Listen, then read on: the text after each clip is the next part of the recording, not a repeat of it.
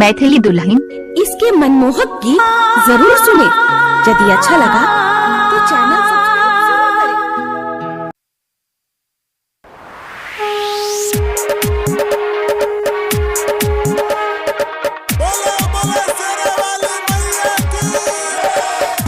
सब सुन रहल थी निराला नीति के शानदार प्रस्तुति। चलो ये भौजी थाबे नगरिया माई मंदिरिया लचकी कमरिया चलो ये भौजी थाबे नगरिया माई मंदिरिया लचकी कमरिया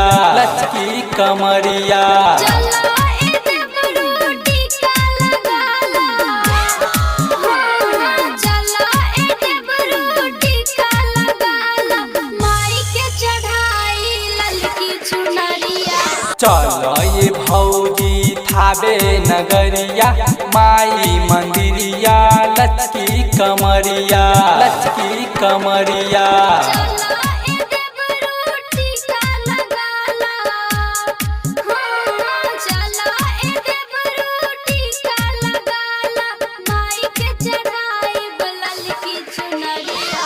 चलो ये भौजी थाबे नगरिया माई मंदिरिया लचकी कमरिया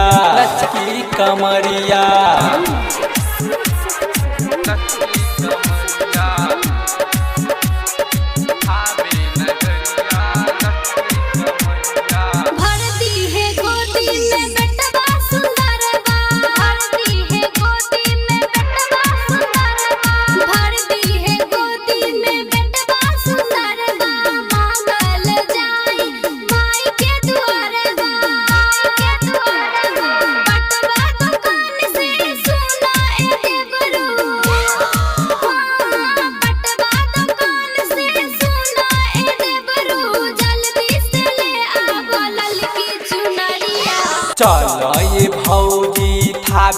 नगरिया माई मंदिरिया लचकी कमरिया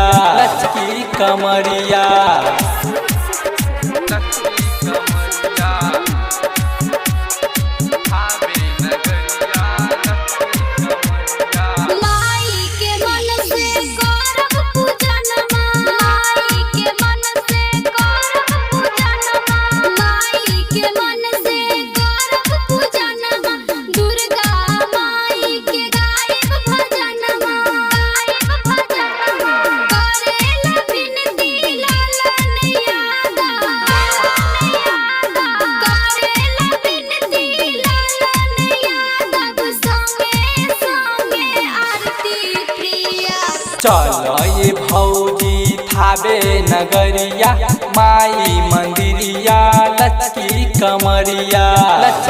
कमरिया चलो ये भौजी थाबे नगरिया माई मंदिरिया लचकी कमरिया